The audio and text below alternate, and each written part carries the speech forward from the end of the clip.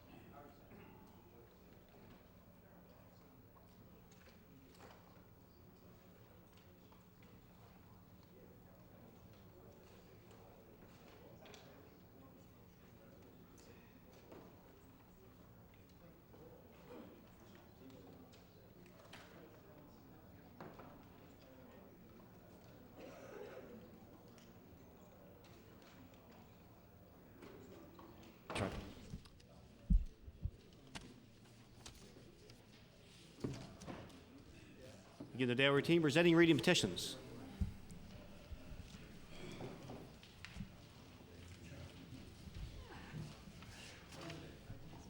Another day. Presenting reports of committees. Tabling reports, regulations, and other papers. The Honourable Minister of Finance. Mr. Speaker, I beg leave to table the 2003 annual report for the Halifax-Dartmouth Bridge Commission, including the audited financial reports for the year ended December 31st, 03. Document is tabled.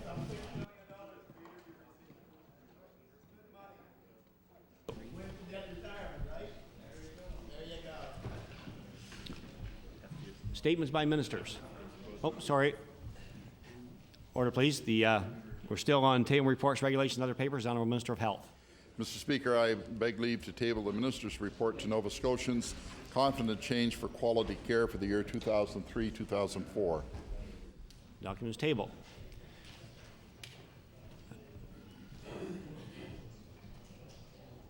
Order, please. There's a request to revert the order of business back to presenting reading petitions. Is it agreed? The Honourable Member of Cape Breton West. Thank you, Mr. Speaker, and I thank all members for their indulgence.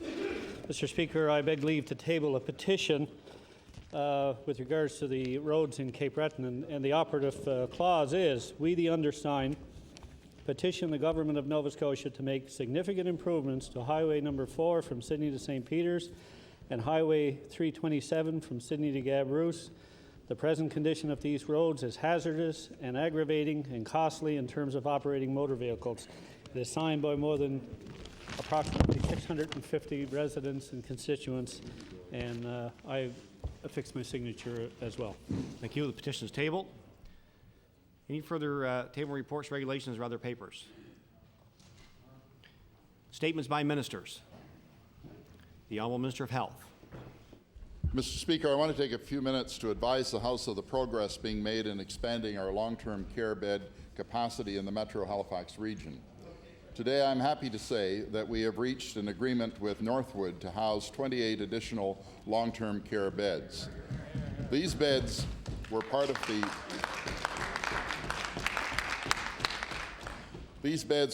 the 33 announced in January 2004 to help alleviate the pressures in Capital Health emergency departments. Earlier this afternoon, I had the pleasure of visiting Northwood Centre and making this announcement. Northwood is an experienced provider of long-term care services and is able to accommodate this need within their existing facility, which can be easily renovated. The beds should be ready for occupancy in August of 2004. Mr. Speaker, as a government, we are committed to providing the right services for seniors. In Nova Scotia, 1 in 7 are over the age of 65. And we have one of the fastest growing seniors population as a percentage of the overall population. As Minister of Health and Minister responsible for seniors, I know that our health system must be responsive to seniors' health care needs. Providing the right services for seniors does not mean only adding more nursing home beds. The beds announced today are not nursing home beds. They are classified as residential care facility or RCF beds. These beds are for seniors who need some supervision and possibly some help with personal care, but do not require professional nursing care such as a nursing home provides. The average cost of an RCF bed is about $82 per day. Evidence has shown that in Halifax metro area, there are not enough RCF beds to meet current demands. This has meant that those unable to remain at home have had no choice but to accept placements in nursing homes, even though they do not require that level of care. Adding these 28 RCF beds to the system will change that. Caring for Nova Scotia's seniors is a priority, and this announcement is about much more than renovations and new beds. It's about providing our seniors with a proper blend of long-term care services. It's about making sure that our seniors are placed in appropriate settings, settings that are needed now and will be needed in the future. The announcement today illustrates clearly that government is providing services for seniors in a planned way, and we are acting upon best evidence to put the right services in place. We are spending wisely and investing money where it counts. The opening of these beds at Northwood will not only help the continuing care sector, but the acute care sector as well. We have seen that the opening of the 21-bed transitional long-term care unit at the QE2 facility has helped improve conditions in emergency rooms in the Halifax metro area. We expect the same type of results from adding these RCF beds to replace the transitional care unit at the QE2. Once the 28 RCF beds are in operation, the 21-bed temporary long-term care unit at the QE2 will close shortly thereafter. Those seniors will be moved into existing nursing home beds that will be vacated by those transferring to the RCF beds.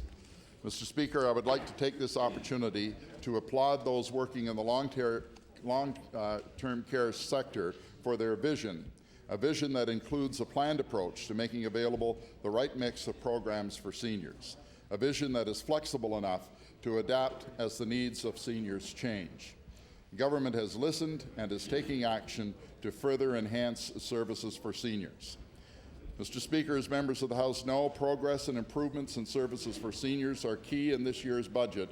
In 2004-2005, we're investing $24 million additional in the continuing care sector to make sure that the approach taken will not only put in place the right mix of services, but also be flexible enough to respond to the unique needs of seniors. This investment will make it possible to fully cover seniors' health care costs in nursing homes, residential care facilities, and community-based options as of January 2005. This change is coming into effect 2 years ahead of schedule. We are also making sure seniors will no longer have to sell off any of their assets when applying for long-term care bed. This too will take place in January 2005. This funding will also address a number of operational pressures, including the need for upgrades and renovations and for more hours of care and training. We need to make confident change in the way we offer health care, and the vision laid out for seniors' care is doing just that. I am proud of the steps our government is taking to ensure that all Nova Scotians, both young and aging, have the care they need when and where they need it. We are working to make sure that those services will be there now and in the future. Mr. Speaker, the health of all Nova Scotians matter. We will continue to work together to support better health and health care for Nova Scotians. Thank you. Thank you. The honourable member for Halifax Needham. Thank you very much, Mr. Speaker. Well, Mr. Speaker, this government likes to tell only half of the story. When there's a story to be told, they like to tell the good news, but they're not too anxious to tell the bad news, Mr. Speaker. Mr. Speaker, I'll start with the good news in today's announcement because, yes, indeed, there is some good news in this announcement. The good news is that Northwood Incorporated, which is an excellent care facility for seniors, which is in my constituency, I'm very privileged and honored to represent the community in which Northwood sits and in which many of the residents of Northwood in this place. Northwood provides excellent care, and today's announcement is one that will see 2 floors in Northwood Manor.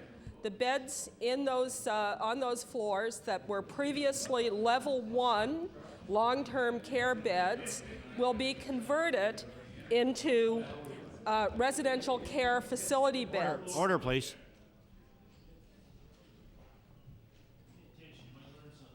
The Honourable Member Halifax Needham has the floor. Thank you very much, Mr. Speaker. So what we're seeing is we're seeing the development of beds in Northwood that are not, as the minister says, nursing home care beds. They are, in fact, residential care beds. And what this means, Mr. Speaker, is these are beds for people who do not require 24-hour-a-day nursing care, but are people who require more support than perhaps the home care system can currently provide them to keep them in their own homes. And this is an area that certainly is an area of growing concern. The number of seniors in our communities who are not able to stay at home, the home care services are inadequate to provide for their needs. So this is a scenario where people who don't yet need a nursing home care bed but need some supports and some services can get them. And there is no better organization than Northwood Incorporated to provide those services, in my view, Mr. Speaker. It is an excellent facility. However, that's the good news, Mr. Speaker. The bad news, Mr. Speaker, is that this isn't the problem in the situation with having to have a transitional unit over at the QE in the first place. Everybody in this House knows that the pressure on our healthcare system has come from the growing number of seniors who require level 2 care. Those are, generally speaking, the seniors who are showing up in the acute care facilities, who end up in a transition unit because there are no level 2 beds available to move them into. And the reason there aren't level 2 beds available is there's been a moratorium on the provision of level 2 beds in our healthcare system. It was a moratorium that was introduced by the previous Liberal government. And for all practical purposes, it's a moratorium that this government, although they lifted it, they really didn't put any level 2 capacity into the system. And today's announcement does not address that, Mr. Speaker. It doesn't address more level 2 care in the system whatsoever. In fact, what is happening here is that the level 1 beds that previously existed on those wings at Northwood are being taken out of the system. Now, some people would say, well, that's not a problem because those level 1 beds weren't being fully utilized anyway. And that's precisely the point. They're not being fully utilized because people who are coming into nursing home are now people who require level 2 care. The acuity has increased. Those are the folks that are ending up in our acute care and tertiary facilities. These are the folks who require a place to go, and this announcement does not address that. The other problem, I think, and this goes to a question of the standards of care, Mr. Speaker, is how many times are we going to set up compartmental services within our healthcare system that we're going to be bumping seniors from? Every bit of healthcare and medical and empirical evidence demonstrates that the more times you move a senior from one facility to another, the increased likelihood of worsening health outcomes for those seniors. And in fact, there is some direct connection with the mortality of seniors and the number of times they are moved.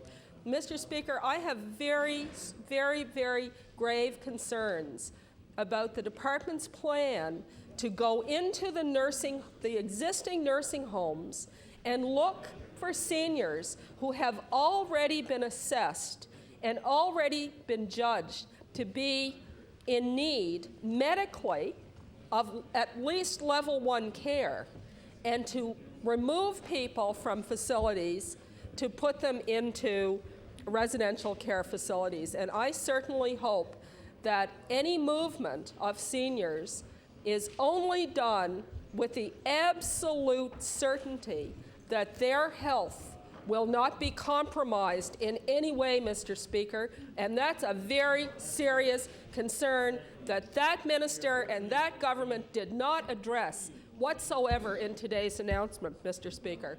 So there is good news in this announcement, but the bad news the government has not told, so what else is new? It's always up to us here in the opposition to ferret it out, make it clear, and hold them accountable for it. Thank you, Mr. Speaker. Thank you. Recognize the honourable member for Glace Bay. Thank you, Mr. Speaker. Mr. Speaker, I'm pleased to rise and comment on today's ministerial statement by the Honourable Minister of Health. Mr. Speaker, I believe it was during the estimates that I indicated that the Health Department's budget announcement of 85 beds would be repeated and repeated and repeated again. Well, Mr. Speaker, here we are again. The minister is announcing his re-announcement made earlier this month. The only difference with today's announcement is that now we actually know the location. The only difference. And today, even the Premier agrees with you. Even the Premier is agreeing with me now, Mr. Speaker, which makes me very worried, Mr. Speaker. Today, the minister announced 28 new residential care beds for Northwood Manor. Now, Mr. Speaker, it is assumed by government that these additional beds are going to reduce a backlog in hospitals. And I, for one, and I'm sure all members of this House, certainly hope that that is the case. Mr. Speaker, I hope, however, that the government, in making this decision regarding residential care beds at Northwood, did so with appropriate information. If, Mr. Speaker, the health care needs of those patients in the transitional care unit at the QE2 only require residential care beds, and only then will this announcement reduce the backlog at the hospital in the near future. And Mr. Speaker, if there are indeed patients in long-term care facilities that are in a nursing home bed, then and only then will the burden at our acute care settings finally be reduced. And Mr. Speaker, I sincerely hope that today's announcement will reduce the strain on our acute care system. And I also hope, Mr. Speaker, that today's announcement was made, as I mentioned, with appropriate information. Mr. Speaker, I hope that today's announcement does something to ensure that hospitals don't continue to fulfill the role of a long-term care facility. Mr. Speaker, I'm sure today's announcement may make everybody feel good for the moment, and its success will be measured as to whether or not in our hospitals the backlogs that exist will be solved with today's announcement. I hope that there's a plan to ensure that this is the case. And as always, Mr. Speaker, as always is the case with this government, today's announcement does absolutely nothing to address the problems in other areas of this province, for instance, Cape Breton. Thank you very much, Mr. Speaker. Thank you. I recognize the Honourable Minister of Education on introduction. Thank you, Mr. Speaker, and I would like to direct the attention of the House to the West Gallery, where we have the privilege today of hosting 40 intermediate school students from the Norwick District School in Norwood, Ontario. And I would ask them to stand so we can take a look at you, see if Ontario students are the same as Nova Scotia.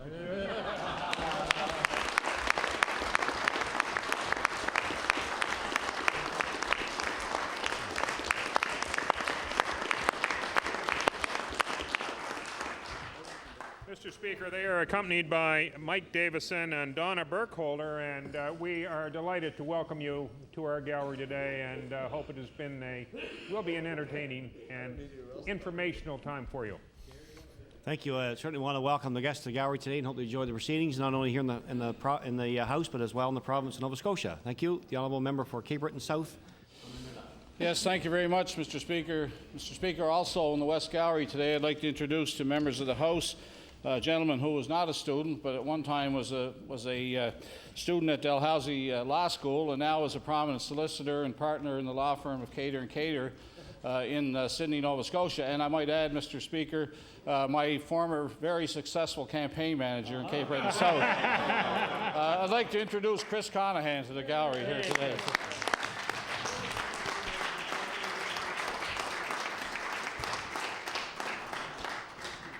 Certainly welcome our guest to the gallery today and hope he enjoys the proceedings. The honourable member for Kings West on introduction. Thank you, Mr. Speaker. I'd like to draw attention to the West Gallery. A student here from West Kings, Jeremy Nichols. He is job shadowing today, so he is getting some great insights, but he comes with He comes with a political science background. He took political science in first semester from Mr. Bob Ripley, well known in our school community. Jeremy will be going on to St. Mary's next year and is aspiring to hopefully do page work in the House at some point in time. Thank you. So Jeremy, you could rise. Welcome. Welcome our guest to the gallery today. The Honourable Minister of Community Services on introduction. Thank you, Mr. Speaker. And Mr. Speaker, another friend to this House and this province I see is in the gallery today. Originally from New Minas, she now lives in Digby County. Christy Heron, if she would stand up and receive the warm welcome from the House, please.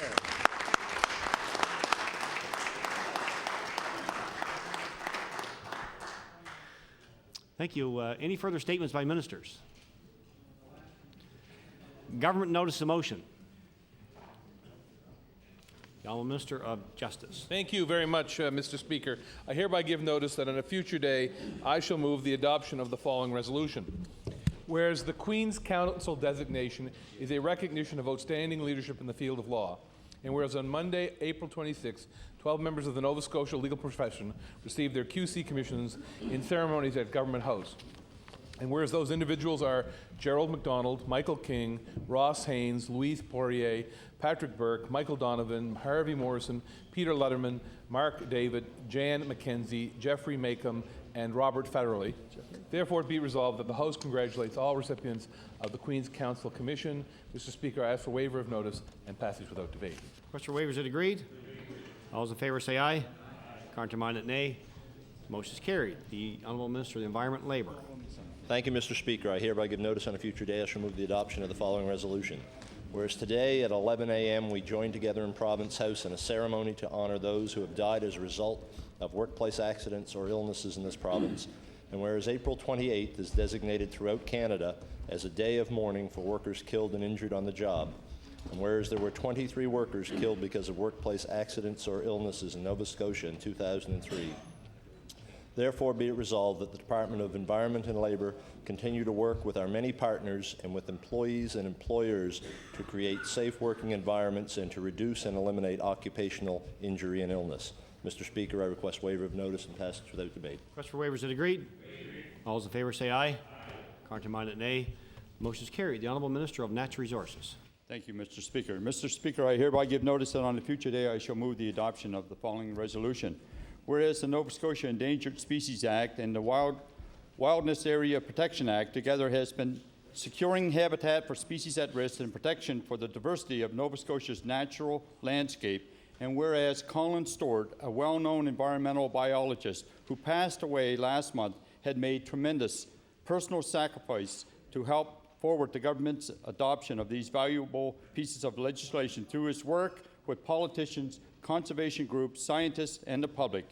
And whereas Mr. Stewart's gentle approach towards building a consensus on sometimes controversial issues have resulted in the protection of our natural resources to the benefit of all Nova Scotians. Therefore, be it resolved that the members of this House recognize the important conservation achievements Mr. Stewart made in his life in helping to protect endangered species in some of our most beautiful natural areas. Mr. Speaker, I request waiver. Mr. Waivers is agreed. All those in favour say aye. Counterminded nay. Motion is carried. The Honourable Minister of Energy. Thank you, Mr. Speaker. I hereby give notice that on a future day I shall move the adoption of the following resolution. Whereas the Nova Scotia Department of Energy and the Atlantic Canada Opportunities Agency will be sponsoring the Energy Research and Development Forum on May 13th and 14th at St. Francis Xavier University in Antigonish. And whereas over 150 researchers, industry leaders, and government officials will meet to discuss research underway today in the broad field of energy R&D in Nova Scotia and the opportunities for research in the future. And whereas by addressing the importance of energy research today and tomorrow, and by bringing together government, industry stakeholders, and the academic community, we will be contributing to the prosperity of the energy sector in Nova Scotia for years to come. Therefore, be it resolved that the members of this House recognize the increased commitment to further research and development in the energy sector and the advancements in technology and innovation that will be made available to Nova Scotians. Mr. Speaker, I request waiver of notice and passage without debate. Question for waivers. Is it agreed? All those in favor say aye. Counterminded, nay. Motion is carried.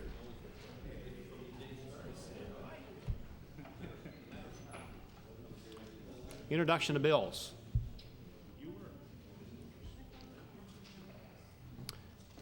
Notice of motion. The Honourable Leader of the Official Opposition. Thank you, Mr. Speaker. I hereby give notice that on a future day I shall move the adoption of the following resolution. Whereas in the past year, 23 Nova Scotians lost their lives in workplace accidents and more than 9,000 workers were injured on the job. And whereas today, as we mark the 20th National Day of Mourning, it serves to remind us that we all have a responsibility to make sure our province's workplaces are safer. And whereas workplace safety is not only about wearing protective equipment or properly operating machinery, but also about ensuring work environments have decent air and water quality and are free from violence and harassment. Therefore, be it resolved, the members of this legislative assembly pay tribute to those 23 Nova Scotians who lost their lives and the countless others who were injured at work in 2003, and renew our commitment as legislators to ensure our laws provide the necessary protection to prevent workplace injuries and deaths. And Mr. Speaker, I would request waiver and passage without debate. Request for waivers. Is it agreed? All those in favor say aye. Counterminded, nay. Motion is carried. The Honourable Member for Cape Breton West. Thank you, Mr. Speaker. Mr. Speaker, I hereby give notice that on a future day I shall move the adoption of the following resolution.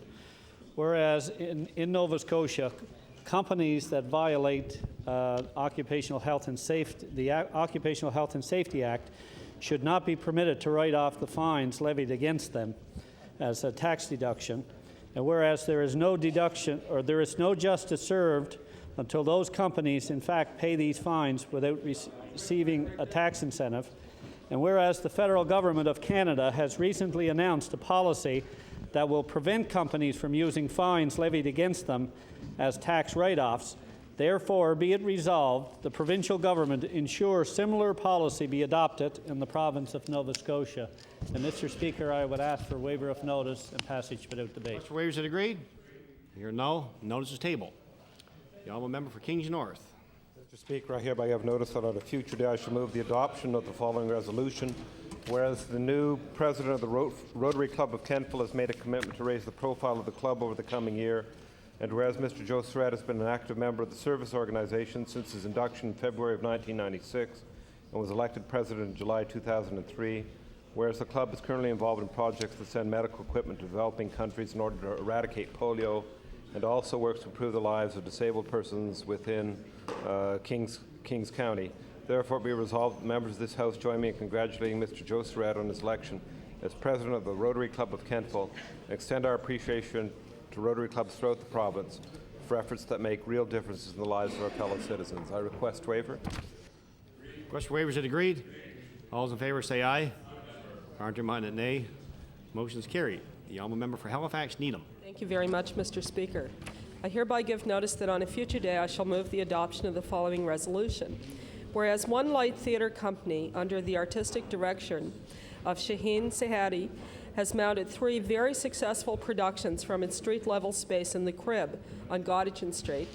And whereas One Light Theatre is again the subject of positive reviews and critical acclaim for their current production of Eugene Ionesco's Josette. And whereas Josette, which opened April the 19th, will conclude a very successful run on Saturday, May the 1st, Therefore, be it resolved that the Nova Scotia Legislature extend congratulations to all those associated with One Light Theatre Company for expanding and enriching the range of theatre options and venues which give our small city a big city feel. And Mr. Speaker, I seek waiver and passage without debate. Question for waivers, is agreed? All those in favor say aye. Counterminded, nay. Motion is carried. The honourable member for Cape Breton South. Thank you, Mr. Speaker. How soon we forget? Mr. Speaker, I hereby give notice on a future day as to move the adoption of the following resolution. Whereas Penny McDonald, a grade 12 student from Holy Angels High School in Sydney, was presented with the Volunteer Youth of the Year Award, and whereas Penny McDonald received the award at a banquet recognizing the hard work, effort, and time put in by all volunteers around the province, and whereas Penny McDonald in both her school and community help such organizations as Loaves and Fishes, Cusack Cornwallis Elementary School, as well as canvases for various causes throughout the year. Therefore, be it resolved that members of the House congratulate Penny McDonald for the fine work she has done and wish her every success in the future. I would ask for a waiver of notice, Mr. Speaker, and pass. Question for waivers, is agreed? All those in favor say aye. Counterminded, nay.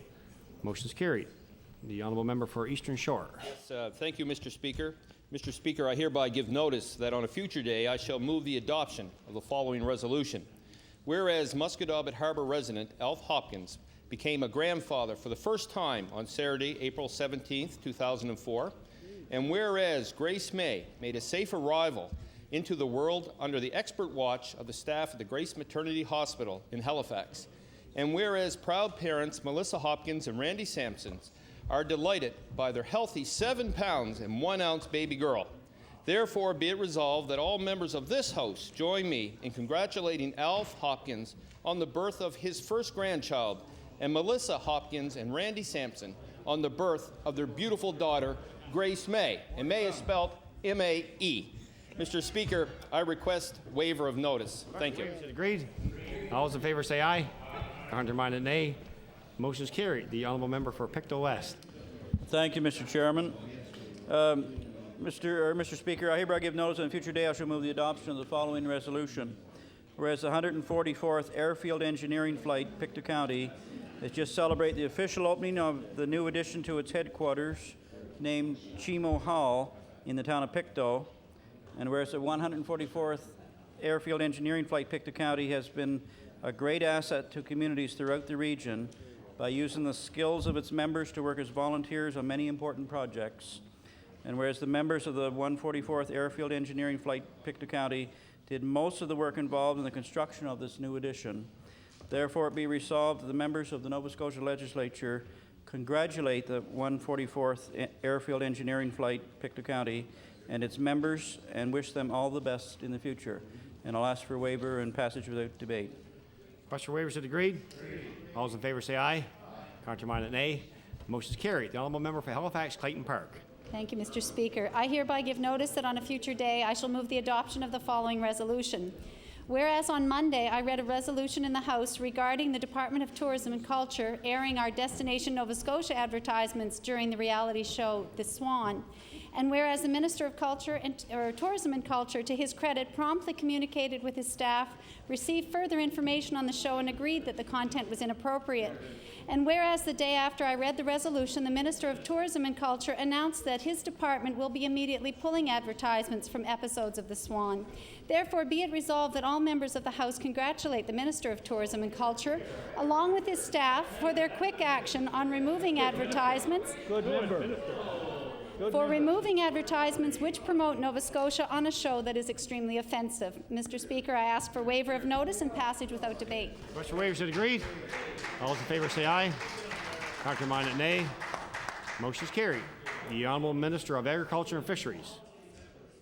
Thank you. Mr. Speaker, I hereby give notice that on a future day shall move the adoption of the following resolution. Whereas Hubert Pache of Tuscott, owner of Tuscott Sales and Service, is celebrating his 45th year in business, and whereas Mr. Pache currently operates a full-service automotive center employing nearly 70 people, having started with just a small body shop. And whereas Mr. Pache and Tuscott Sales and Service support many worthwhile causes in the municipality of Argyll, with particular emphasis on Acadian organizations and events. Therefore, be it resolved that this House congratulate Mr. Poitier for his many successful years in business and recognize the valuable contribution he and his employees make to the betterment of their community. Mr. Speaker, I request waiver of notice and passage without debate. Request for waivers, is it agreed? All those in favor say aye. Contrary-minded, nay. Motion is carried. The honourable member for Cape Breton Nova. Thank you, Mr. Speaker. Mr. Speaker, I hereby give notice that on a future day I shall move the adoption of the following resolution. Whereas the Battle of the Atlantic was the longest battle of World War II, waged mainly by German U-boats which attacked convoys of Canadian naval and merchant marine ships for 6 years. And whereas one of the most bitter battles of World War II, the Battle of the Atlantic, was the only battle which saw Canadians killed in Canadian waters. Whereas the Battle of the Atlantic will be commemorated by the Cape Breton naval veterans during the Battle of the Atlantic services Sunday, May 2nd, 2004, beginning with a parade from Florence to Wilson United Church for a memorial service, and a candlelight service at Branch 83 Royal Canadian Legion, commemorating the loss of those who served and the ships they served aboard. Therefore, be it resolved that the members of this Legislative Assembly give thanks and honour those who made the ultimate sacrifice serving Canada in the Royal Canadian Navy and the Canadian Merchant Marine during the Battle of the Atlantic. Mr. Speaker, I request waiver and passage without debate. Request for waivers, is it agreed? All those in favor say aye. Contrary-minded, nay. Motion is carried. The honourable leader of the Liberal Party. Thank you, Mr. Speaker. Monsieur le Président, par la présente, j'avise que je proposerai à une date ultérieure l'adoption de la résolution suivante. Attendu que cet été, le 3e Congrès mondial acadien prendra place en Nouvelle-Écosse, et attendu que plusieurs Acadiens de partout seront accueillis en Nouvelle-Écosse, et attendu que cette rencontre internationale des Acadiens et leurs amis va occasionner un rassemblement de plus de 250 000 personnes à travers la province du 31 juillet au 15 août, qu'il soit résolu que cette Assemblée législative encourage tous les Néo-Écossais à participer aux activités associées à ce grand événement culturel acadien. Monsieur le Président, je propose l'adoption de cette résolution sans préavis et sans débat. Mr. Speaker, I hereby give notice that on a future day I shall move the adoption of the following resolution. Whereas this summer, Nova Scotia is very honoured to host the 3rd World Acadian Congress, and whereas descendants of Acadians who live in every corner of the world will be welcomed to the land of their ancestors, and whereas the international gathering of Acadians and their friends will bring together over 250,000 participants during the 16-day event, which will be held from July 31st to August 15, 2004. Therefore, it be resolved that all members of this House encourage all Nova Scotians to participate in this very special celebration of Acadian culture. And, Mr. Speaker, I would ask for waiver, please. Request for waivers, is it agreed? All those in favor say aye. Contrary-minded, nay. Motion is carried. The Honourable Minister of Education. Mr. Speaker, I hereby give notice that on a future day I shall move the adoption of the following resolution. Whereas Keith Beaver received a merit award from the Truro Sport Heritage Society for his outstanding contribution to swimming over a number of years. Whereas Keith Beaver, about 6 years ago, turned his efforts to Special Olympics, and he coaches swimmers from 9 to 60 years old, including Leslie Fowler, who participated in the World Games in Ireland. And whereas Keith Beaver, head coach for the Nova Scotia Special Olympic swim team and a coach for Team Canada, was selected as Nova Scotia Special Olympics Male Coach of the Year for 2003. Therefore, be resolved that this House congratulate Keith Beaver for the awards he received in 2003 and thank him for his exemplary dedication to Special Olympics. Mr. Speaker, I request waiver of notice and passage without debate. Request for waivers, is it agreed?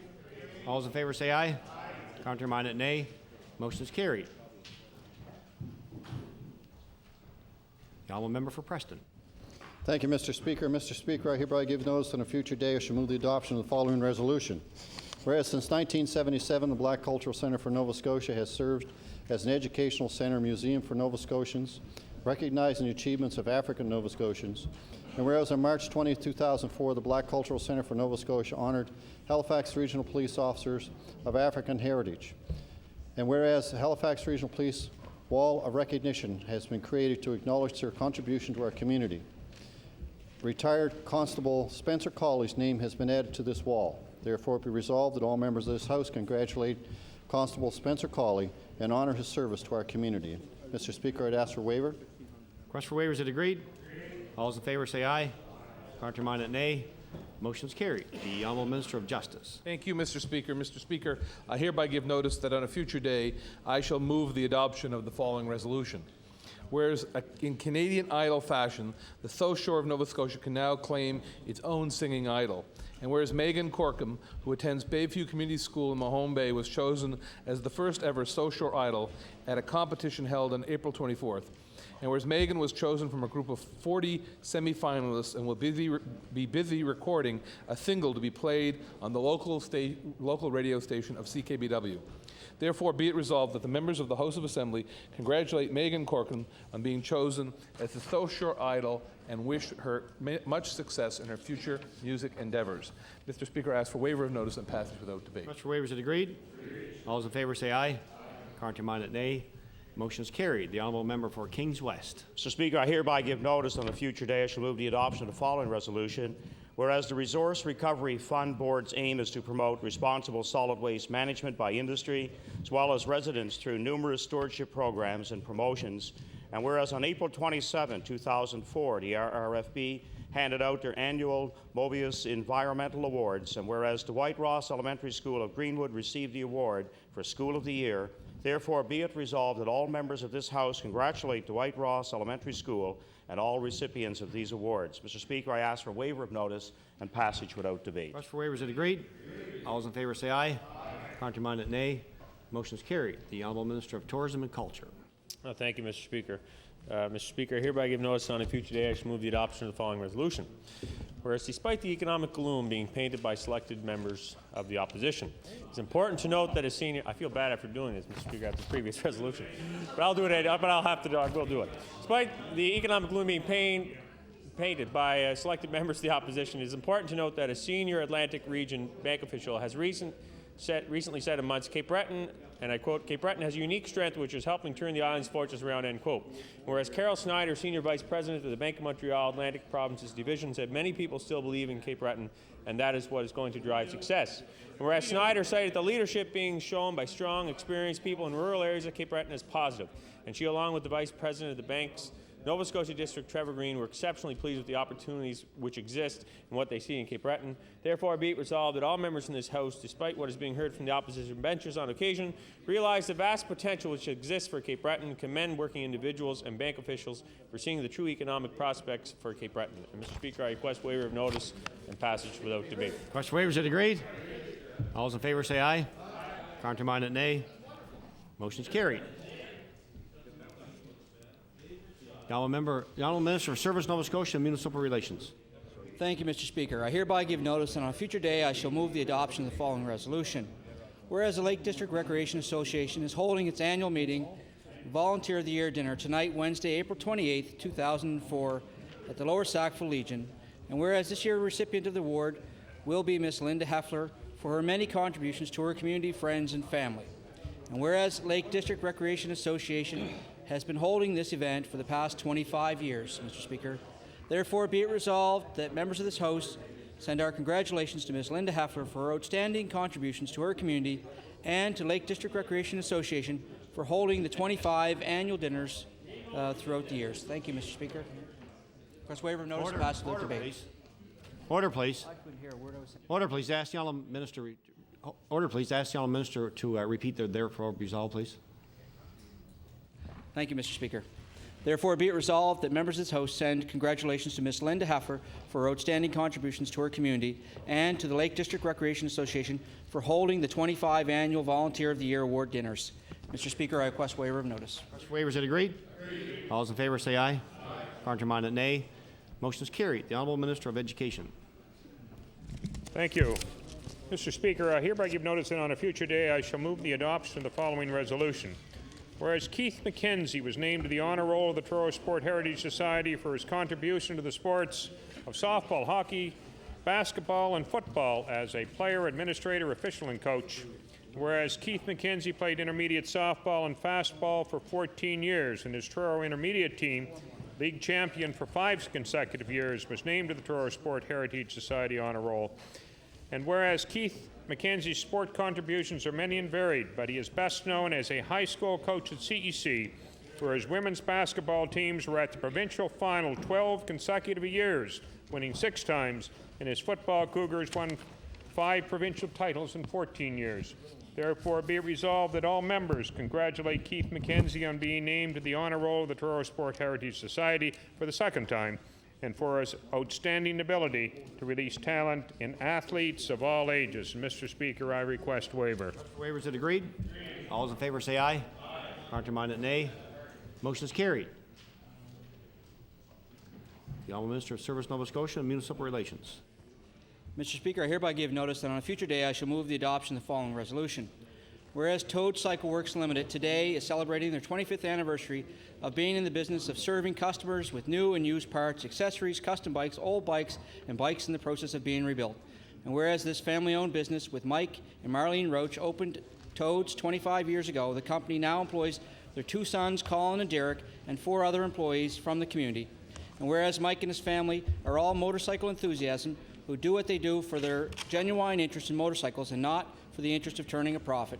Therefore, be it resolved that all members of this House join me and countless others in congratulating Toad Cycle Works on their 25th anniversary and wish them all the best in the next 25 years in business. I request waiver of notice and passage without debate. Waivers are agreed. All those in favor say aye. Contrary-minded, nay. Motion is carried.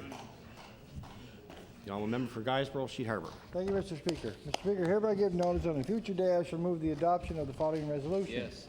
Whereas Federal Auditor General Sheila Fraser has been far from kind in her analysis of the workings of the federal government in recent months.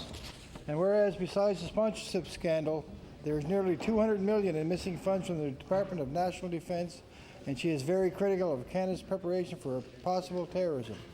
And whereas the Auditor General is also critical of Parks Canada's neglect of the Alexander Graham Bell Museum in Bedeck, its neglect of unique photographs from the 1890s and the early 1900s, and its failure to complete the $1 million in roof repairs.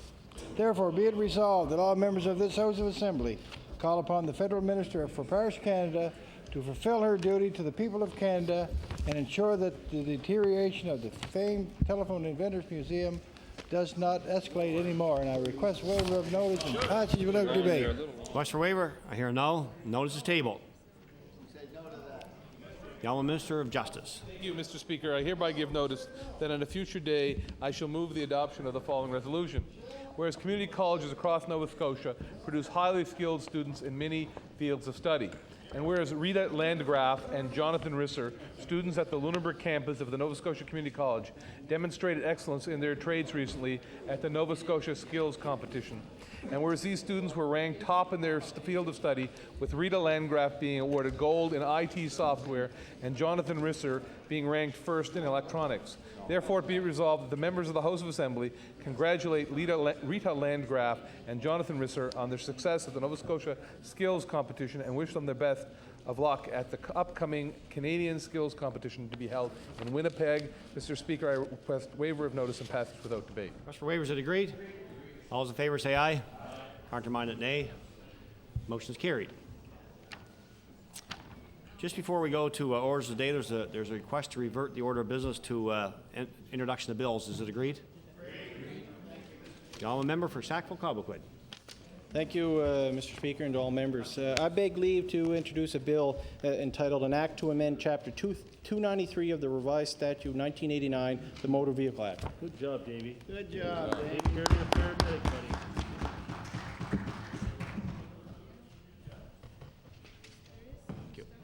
The Honourable Member for Sackville-Cobequid begs leave to introduce a bill entitled An Act to Amend Chapter 293 of the Revised Statutes 1989, the Motor Vehicle Act. Give this to the other two parties. Bill 66, entitled An Act to Amend Chapter 293 of the Revised Statutes 1989, the Motor Vehicle Act. Or this bill be read a second time at a future date. Orders of the day or questions put by members. Question period will begin at 2:54 in a few seconds. 2:54 will end at 4:24. An hour and a half later.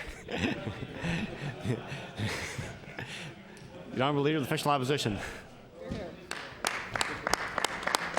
Thank you. thank the Speaker for his mathematical dexterity. Mr. Speaker, today, as we all know, is the day of mourning, and it gives us all a chance to rededicate ourselves to worker safety in this province. The March 2002 Dorsey report says that the government has failed to have an integrated and coordinated prevention strategy, and that the government support is largely reactive and not proactive. As we know, in some provinces, to try and avoid responsibility for workplace safety and to escape political criticism, governments have divested responsibility for workplace safety and health functions to the Workers' Compensation Board. So I'd like to ask the Premier if he can tell the House today what his government's policy is on the Dorsey report as it relates to the divestiture of responsibility for workplace health and safety, promotion and education in Nova Scotia. The Honourable Premier. Thank you very much, Mr. Speaker. And today is an opportunity for all of us to reflect as Nova Scotians on the dangers in the workplace. And despite, over the last number of decades, improvement in legislation and some improvements in protection for workers, nevertheless, on a regular basis in any working day, many workers are injured significantly, and unfortunately as well, from time to time, all too often, workers lose their lives. What the position of this government is to work continually to improve all aspects of worker safety, including bringing forward the solutions to the recommendations of the Dorsey report.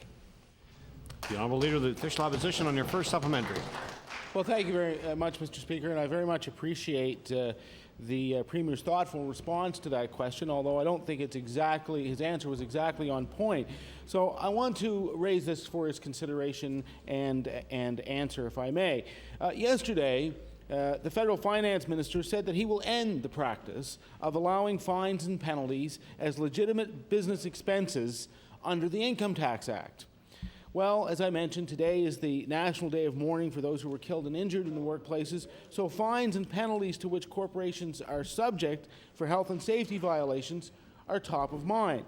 So, Mr. Speaker, can the Premier tell us, will he direct his finance minister to encourage early action to legislate this proposal and agree that the proceeds of all fines legislated under provincial legislation will go to the Workers' Compensation Fund to further recognize the gravity of these offences?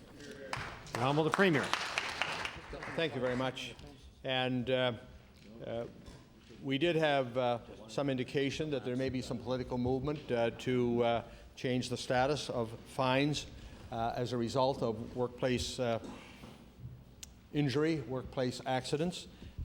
We will certainly, as a government, and certainly our Department of Finance, will look very carefully at any proposed changes to the Income Tax Act that might be relevant to the important issue that the member opposite brings to the attention of the House. It's a little premature to comment because we have a political statement. We have yet to see exactly what that will result in. The Honourable Leader of the Official Opposition on your final supplementary.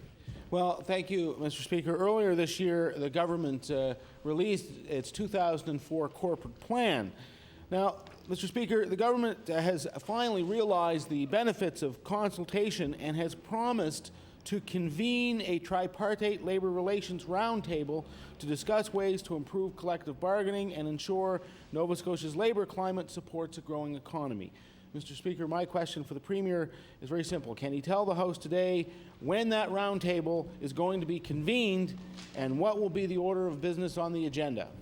The Honourable Premier.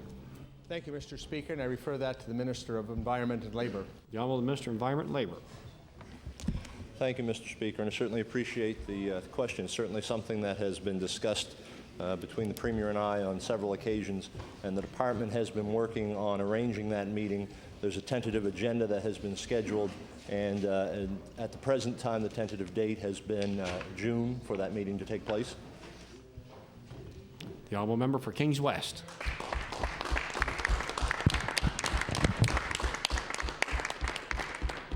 Mr. Speaker, my question is to the Minister of Education.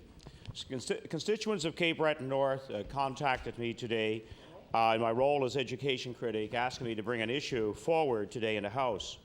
In the Minister of Energy's riding, Cape Breton North, there's a plan to close 4 local schools. Sydney Mines Junior High, 354 students. Thompson Junior High, 234. St. Mary's Elementary, 217. St. Joseph's Elementary, 115. 920 students involved. Local residents are not happy with the process of consultation, or should I say the lack thereof. My question for the Minister, are you aware of the negative impact the closing of these schools will have in the Minister of Energy's riding? The Honourable Minister of Education. Mr. Speaker, I suspect negative impact is relative. What I know is that a brand new P-9 school that's going to replace a bunch of aging facilities that people want closed is going to be built there. Now, a member for Kings West on your first supplementary. Well, Mr. Minister, the message that I'm getting is quite different. Sydney Mines School is a focal point of that community, 354 students. These other schools are assets to their communities. We all know that retrofits have done a magnificent job in some areas around the province.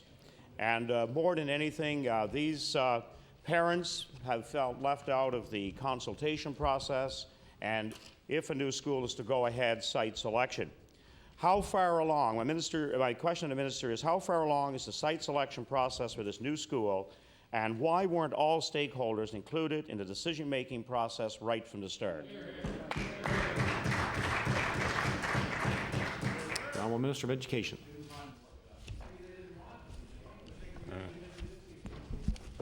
Mr. Speaker, I want to look up the timetable for that school is what I was looking for. I can say that as capital construction lists are developed and prioritized, the people who are affected are consulted, and indeed the submission comes from the school board who represents the residents as opposed to being developed by the government. Now a member for Kings West on your final supplementary. The new school from P to 9 will house 850 to 900 students, and grouping this many grades together is certainly controversial at best, with the middle school concept growing in the province. Busing of students, denying the ability now of many of these students to walk to school at a time when physical fitness is a growing issue. Sending young children to larger schools outside their community increases the stress under which they must study. And considering the negative impact this decision will have on the constituents of Cape Breton North, is the Minister willing to meet with the stakeholders of each of these communities to defend this decision and explain the many outstanding issues? The Honourable Minister of Education.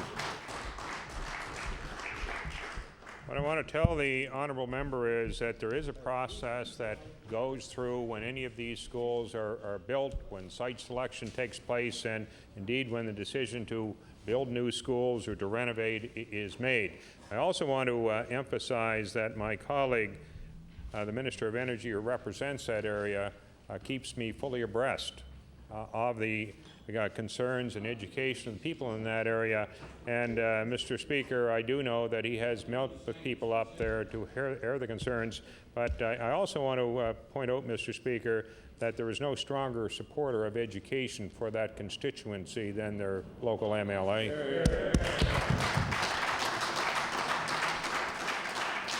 The Honourable Leader of the Official Opposition. Well, thank you, Mr. Speaker. Yesterday, we asked the Premier about the serious and growing problem of OxyContin abuse in Cape Breton, and the Premier's response was that it was a good pain medication. When the Premier made that statement, I wonder if he was aware that the Food and Drug Administration in the United States released a warning in January 2003 stating that Purdue Pharma, the maker of the drug, placed ads in the Journal of American Medical Association that grossly overstate the drug's safety. The FDA further states that the ads omit and minimize the serious risks associated with OxyContin and promote its uses beyond, which have been proven safe and effective. As a result, Mr. Speaker, Purdue Pharma was forced to discontinue the ads. The Canadian Medical Association has issued its own warnings on the drug, Mr. Speaker, and I'll table that advisory. So my question to the Premier is this. When he was praising OxyContin as a good pain medication yesterday, was he aware of the FDA's actions against Purdue Pharma? And what plans does he propose to put in place to ensure there is no misinformation about the drug's safety in the hands of Nova Scotia's doctors? The Honourable the Premier.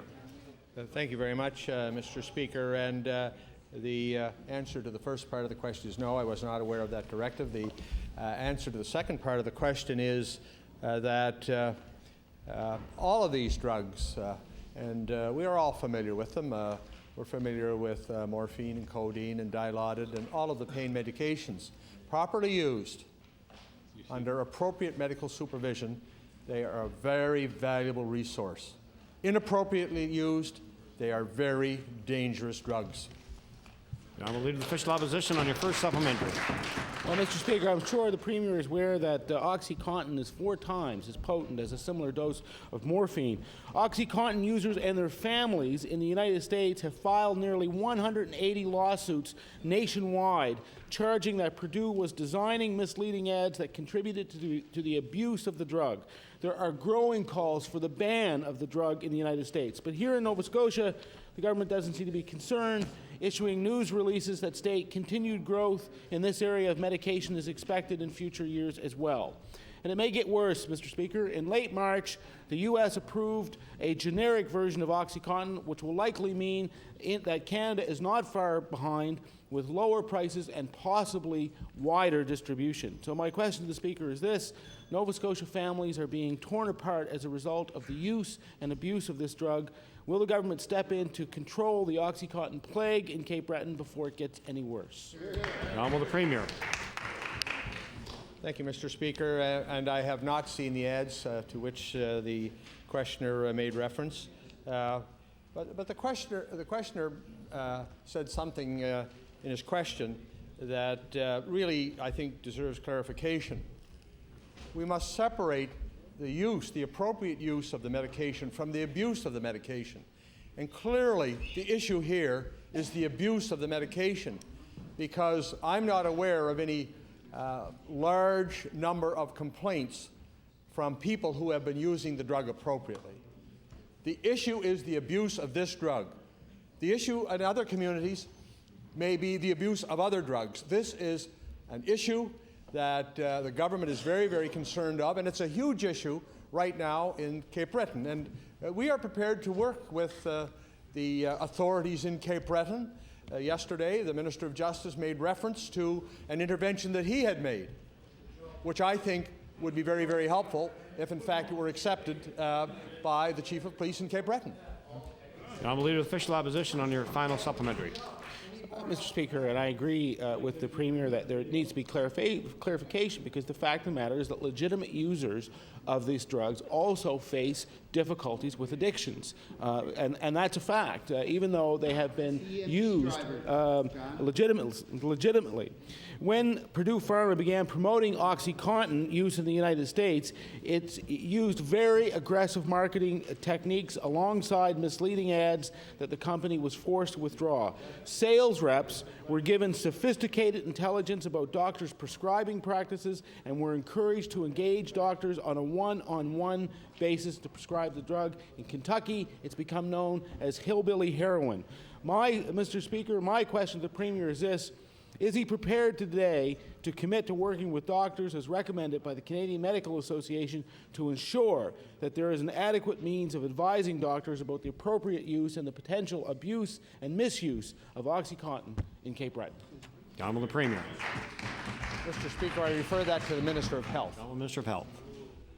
Thank you, Mr. Speaker. And Mr. Speaker, the honourable member would be pleased to know that the local physicians in the Cape Breton area have in fact indicated their desire to become involved in the local group that's working through the auspices of the District Health Authority in examining and making recommendations with respect to this problem. As well, the Nova Scotia College of Physicians and Surgeons has issued a reminder to all of its membership about the harmful effects of that drug when it is inappropriately prescribed. The medical profession is indeed very much a part of the frontal attack on this. That, again, is part and parcel of our efforts with the District Health Authority and, of course, part of the offer made by the Attorney General with respect to assistance to the Police Department in Cape Breton with respect to a task force committed to tackling the illegal trade in that drug in that area. The Honourable Leader of the Liberal Party.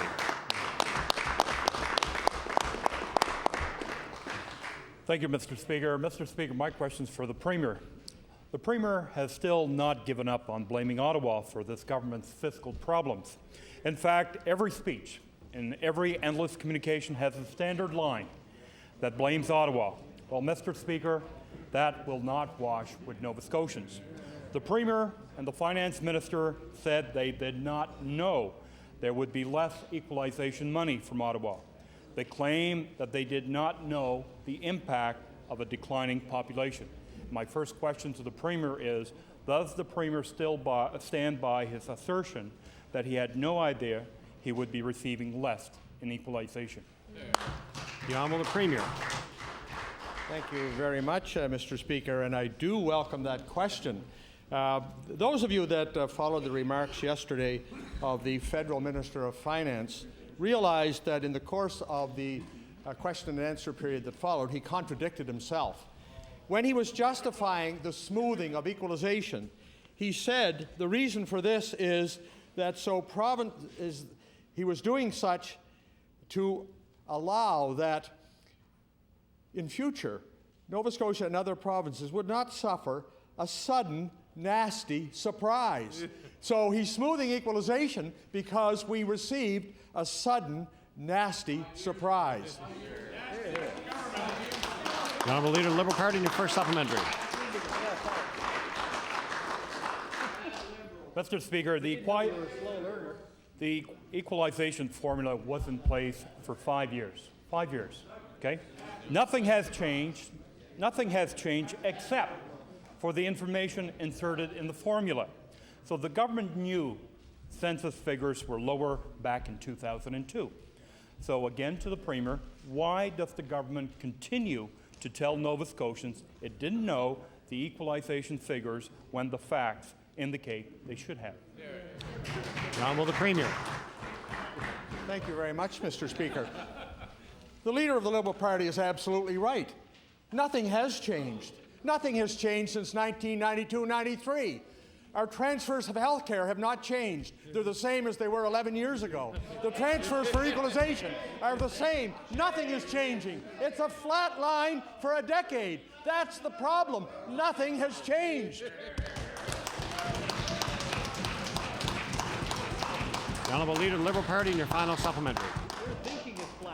Mr. Speaker, it's amazing that this Premier told Nova Scotians we could afford a tax cut, at the same time that he knew the line was flat. So which one was it? Nothing has changed when we can afford a tax cut. Credibility. Mr. Speaker, this Premier should have known, the former Finance Minister should have known, and the current Finance Minister should have known that equalization would be less. So either the Premier is not being upfront with Nova Scotians or he simply wasn't paying attention. So, Mr. Premier, which one is it? The Honourable Premier. Thank you, Mr. Speaker.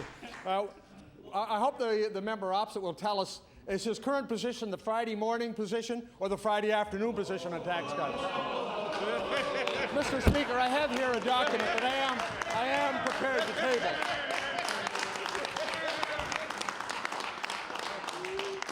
Mr. Speaker, I want to read one line from a report, and I will table a copy of the report. And it's a report from CIBC World Markets, Mr. Speaker. And this is... Order, please.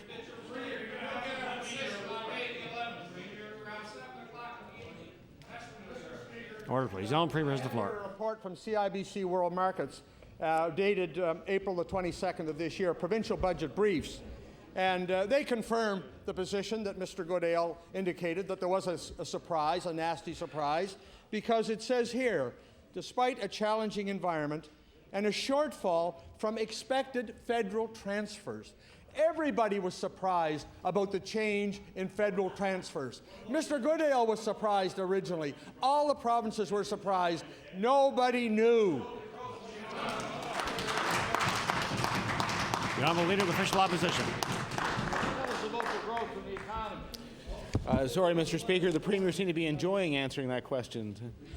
Mr. Speaker, today's report that Nova Scotia trailed the nation in economic growth in 2003 will be an unpleasant surprise to those who believed that this government was building a self-sufficient and prosperous economy. At the start of its term in office, this government sought the advice of voluntary planning and was told to invest in education and training.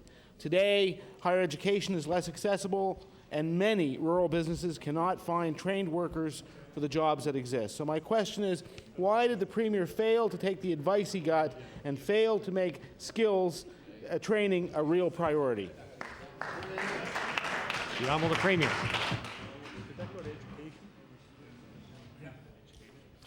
Thank you very much, Mr. Speaker. And I believe the question is, are we taking skills training seriously? And the member opposite is no doubt aware that we do have a skills agenda. We've had a skills roundtable, and we have done extensive consultation with many, many sectors of the economy, including not only business and industry, but as well labor and the educational facilities. And we do have a skills agenda, which is very much a part of our long-term program to provide a labor force in Nova Scotia over the next couple of decades that is suited to what we're doing here in Nova Scotia, and a labor force that is properly trained.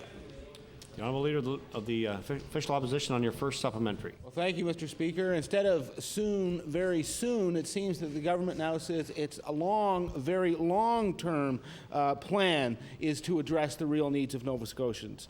The government's corporate plan calls for a community development policy.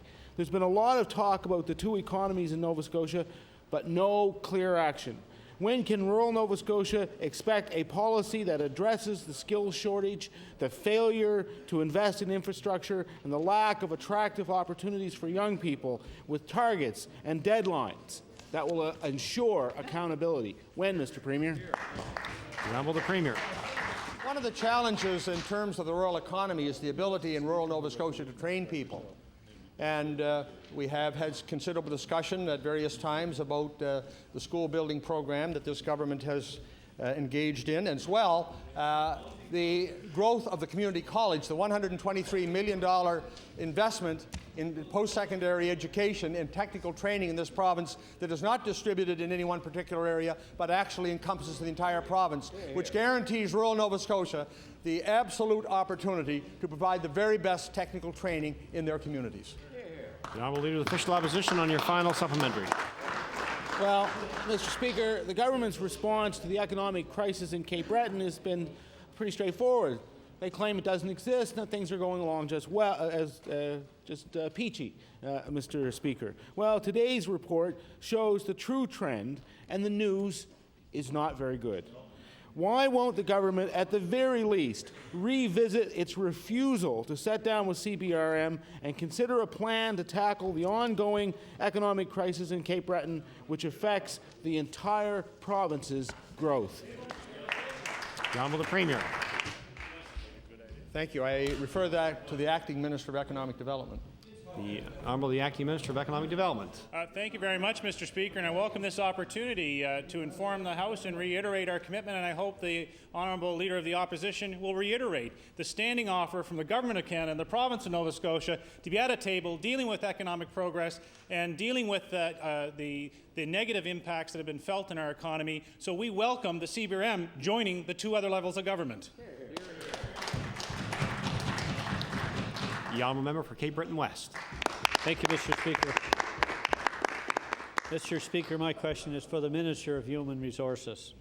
Mr. Speaker, one of the greatest concerns facing Nova Scotians today is the increase in out-migration of Nova Scotia's young people.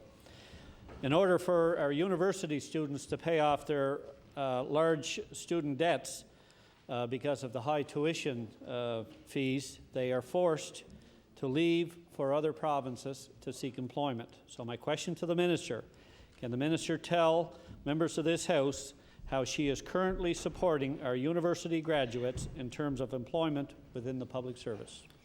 The Honourable Minister of Human Resources. Thank you. Thank you, Mr. Speaker. There are a number of programs that are currently in the making. The Career Starts program is one that we actually are putting forward this year, that it become a 2-year program so that it gives students the opportunity to come into the public service and hopefully pursue a career when those jobs become available. Now, Member Cape Breton West on your first supplementary. Mr. Speaker, approximately 300 persons a year leave the public service. 150 on average leave because of retirement, another 150 to seek employment elsewhere. Approximately 3.5% of the total employment composition in the public service are of persons less than the age of 30. So my question to the Minister, and given that as well, Mr. Speaker, only 16 persons are encompassed in that Career Starts program that she refers to, and it doesn't even address the problem, and she knows that. So will the Minister readily admit that the existing program is inadequate to address the long-term human resource issue within the public service? The Honourable Minister of Human Resources. I guess, Mr. Speaker, what we have to take into consideration is that number being 5% with the less than 30 age group, is that in 1993 there was a wage freeze. In 1997 there was a wage freeze. It's hard to get that percentage of that age group in here when we wasn't hiring at that point in time. Now, Member Cape Breton West on your final supplementary.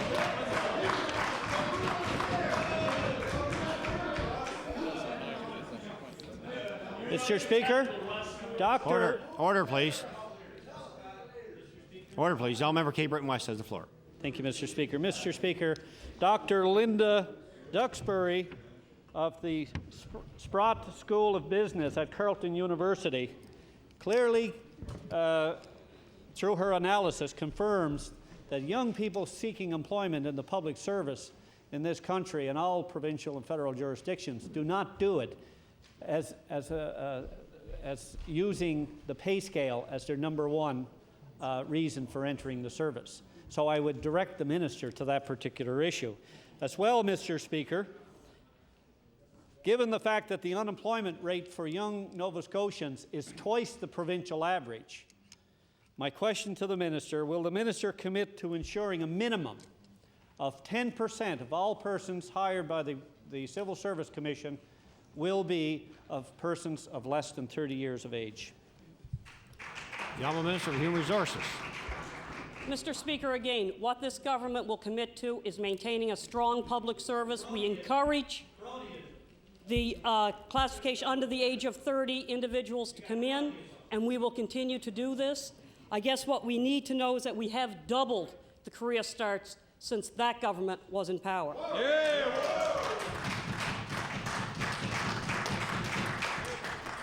The Leader of the Official Opposition. Thank you, Mr. Speaker. Mr. Speaker, Fine Wood Flooring and Lumber is a successful hardware flooring manufacturer in Cape Breton.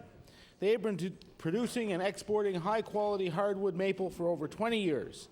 The trouble is, this government is making it incredibly difficult for this company to do business in Nova Scotia. Since 1999, government rules for school gymnasiums specify that wood must be MFMA certified. The problem is that only American wood can receive the MFMA certification. Fine Wood Flooring can sell their wood in New Brunswick for school gyms, but they can't sell it in Nova Scotia. So, Mr. Speaker, my question to the Minister responsible for Transportation and Public Works is this: why has your government chosen to make it so difficult for this small business to operate in Nova Scotia? The Honourable Minister of Transportation and Public Works.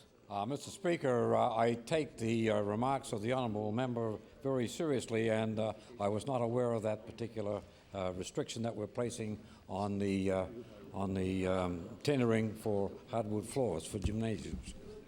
The Honourable Leader of the Official Opposition on your first supplementary. Thank you, Mr. Speaker. Well, this surprises me because almost 2 years ago, Finewood Flooring sent this letter to Minister Ron Russell asking him to reevaluate the regulations that exclude them from school gymnasium construction. The department has said they're reviewing the matter. Mr. Speaker, Finewood Flooring hardwood is high quality and widely praised. It was used to build the athletic floor at St. FX aerobics facility. And I think the minister said sometimes you just get lucky, Mr. Speaker. I think that was his quote the other day. My question to the minister is this: when can you expect your department to complete its review and report back to this House? Now, Minister of Transportation and Public Works. Mr. Speaker, I don't know, but I will certainly be asking the department. You can be assured this afternoon and find out. The Honourable Leader of the Official Opposition on your final supplementary. Well, I thank the minister for that undertaking. We certainly look forward to that information as soon as possible. But for the record, Mr. Speaker, for 5 years, good Nova Scotia hardwood has been going overseas and across the country while we have been forced to buy American wood for our school gyms. Excluding a Nova Scotia business from its own provincial market just doesn't make sense, especially a business that employs 17 people year-round in rural Nova Scotia in a region that has been facing an economic crisis. So my question for the minister is, how many more rules like this one are discouraging Nova Scotia entrepreneurs? Honourable Minister of Transportation and Public Works. Mr. Speaker, as I say, I'm very, very disappointed with that policy. The only thing that I may offer as a possible out of this situation is the fact that the architects for the school may be, or school gymnasiums may indeed be putting forward those specifications. But I can assure the honourable member that I take that matter very seriously, because I think Nova Scotia firms should indeed at least enjoy the same amount of access to the supply of services and materials as anybody else in this country. The honourable member for Glace Bay. Mr. Speaker, my question is for the Minister of Health. Mr. Speaker, today in the media, Mr. Tom Scanlon outlined his concerns about the number of staff available to care for his mother and the work environment for health workers find themselves in at the transitional unit at the QE2. Mr. Speaker, while no one, including myself, is critical or has ever been critical of the professionalism or dedication of our health professionals, it does point to the challenges that I have outlined. There is neither a plan nor dedicated resources to deal with the gaps in our health care system. My question for the Minister, Mr. Speaker, given that the Department of Health, not the QE2, is providing funding for the Transitional Care Unit, could the Minister please indicate whether or not, given the story in today's media report, there have been sufficient resources that have been allocated by government? The Honourable Minister of Health. Thank you very much, Mr. Speaker. And one of the primary objectives of the Department of Health and of the long-term care department is to ensure that adequate staff are always available. The situation is always being monitored by supervisors, and their objective and determination is to ensure that patients receive as comfortable a care as possible to give. The honourable member for Glace Bay on your first supplementary. Mr. Speaker, on April 4th of this year, the Department of Health indicated that they would fund the Transitional Care Unit. However scant that funding has been until it can find space, and today they announced the space at Northwood. It's being assumed by government that the 26 residential care beds will free up nursing care beds. So my question to the Minister is, now that the space has been confirmed, will the funding be continued by the department, or will he turn it over to an already overstressed district health authority? The Honourable Minister of Health. Mr. Speaker, the Department of Health always ensures that there is an adequate level of funding available for the services that are provided. That is something that we work very carefully with our partners on. The honourable member for Glace Bay on your final supplementary. Mr. Speaker, Mr. Scanlon in that story outlined that his mother is sometimes left to lay in a soiled diaper for 6 or 7 hours. There are 2 nurses and 2 support workers left responsible to care for 21 beds. And it would appear that those staff resources come from another unit in the hospital. Mr. Speaker, it's a financial resource issue that the Department of Health has taken responsibility for. This minister cannot lay the blame at the Capital District. This is his doing, Mr. Speaker. So my question to the minister, why has the minister decided to scrimp on money and not hire more nurses when it comes to the quality care needs that Mrs. Scanlon and the 21 other patients in that unit deserve, Mr. Speaker? The Honourable Minister of Health. Mr. Speaker, there was no intention on my part to ever shift blame to anybody else. We accept responsibility for the work that we must do in order to care for patients, and certainly when we receive complaints or hear of people who are dissatisfied, we do a complete analysis of the situation to ensure that the situations and the patients are being cared for in an appropriate manner. The Honourable Member for Dartmouth North. Thank you, Mr. Speaker. And Mr. Speaker, my question will be directed to the minister responsible for the Nova Scotia Gaming Corporation. Oh, Jerry, go get him, Jerry. Everyone in the province is aware of what problem gambling can do to families. Oh, yes. The statistics we hear get worse and worse. And it seems that this government's approach to the problem hasn't really changed much. In fact, members of this House will recall that the government's own staff said that new VLT machines, which were supposed to decrease gambling problem, would actually make gambling problem worse. Will the minister confirm that this government plans to further increase the take from the VLTs by cutting the commission received by the vendors from 25% to 20% this year? Jerry. The Honourable Minister of Finance. Thank you very much, Mr. Speaker. And the answer to the honourable member's question is yes, the commission rate has changed. For those people over $400,000, the commission rate has changed.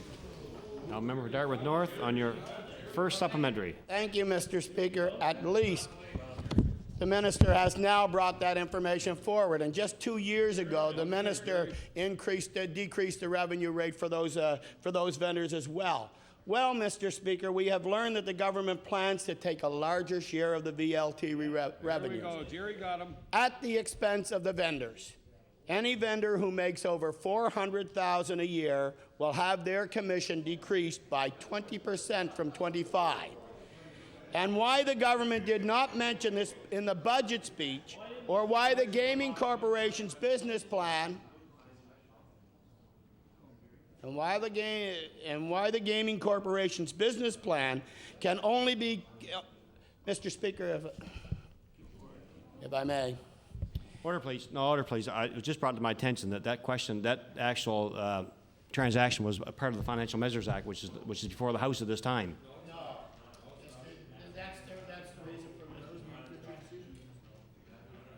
Is it included in the Financial Measures Act, is what I'm asking? It's not? Continue on. There you go, Jerry. Go get him, man. Jerry, go get him. Come on, Jerry. And Mr. Speaker, that's the reason why I was trying to get your attention. If you waited till I finished off my supplementary, then you would know.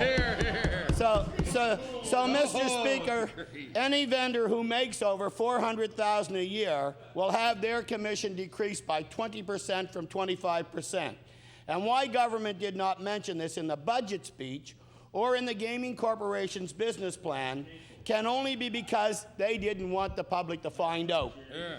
My question to the minister is, why did we have to ferret out this information rather than having the government make this announcement? The Honourable Minister of Finance. Thank you very much, Mr. Speaker. And I think the honourable member will know two things. First is that you're required to give notice of these changes, and those notices have just gone out, so the notices have to go out before you announce it. The second thing is, Mr. Speaker, as the honourable member has done research, he still knows that Nova Scotia pays the highest commissions in Canada. He also knows that. Member Dartmouth North on your final supplementary. Hey, Mr. Speaker, this is not about the highest commissions. This is about informing Nova Scotians and letting Nova Scotians up front know what government is doing. That's what this is about. Mr. Speaker, there have been polls showing that 43% of Nova Scotians want VLTs banned altogether, and 32% want tighter restrictions to them. Until we get to such a day, Mr. Speaker, we have to make a concerted effort to deal with the problem gambling and its effects on our community. So, Mr. Speaker, my question to the minister is, will the minister commit to dedicating the revenues gained from the commission changes to the problem gambling programs and services in this province? Now, Minister of Finance. Thank you very much, Mr. Speaker. And the honourable member talks about monies being directed to problem gambling. Well, I think he'll know. He'll know that in this budget this year, we have put money to the Office of Health Promotion to look at a variety of changes. We've looked at the programs for gambling and those programs that we've done throughout the province in the last 2 years. Mr. Speaker, we are committing resources to that. Now, member for Cape Breton Nova. Thank you, Mr. Speaker. Mr. Speaker, my question is for the minister responsible for the Liquor Corporation. Monday, the Nova Scotia Liquor Corporation put out a call for communication companies to help them basically sell more booze. This is the same out-of-control Crown Corporation that hired 18 staff without competition last month, 5 of whom were for their own communications department. I guess I'm probably not the only one here today scratching my head, Mr. Speaker. Mr. Speaker, about why is it that the Nova Scotia Liquor Corporation needs to bend the rules to hire a full communications department than ask for expensive private sector communication help? Mr. Speaker, my question is, will the minister explain to this House why he continues to allow the Nova Scotia Liquor Corporation to waste taxpayers' money on excessive communication help? Now, Minister of Transportation Public Works. Yes, Mr. Speaker. Mr. Speaker, the Nova Scotia Liquor Corporation is indeed now a corporation. It is at arm's length from government. They make business decisions to match their business plan. Now, member for Cape Breton Nova on your first supplementary. So I guess nobody has to be accountable.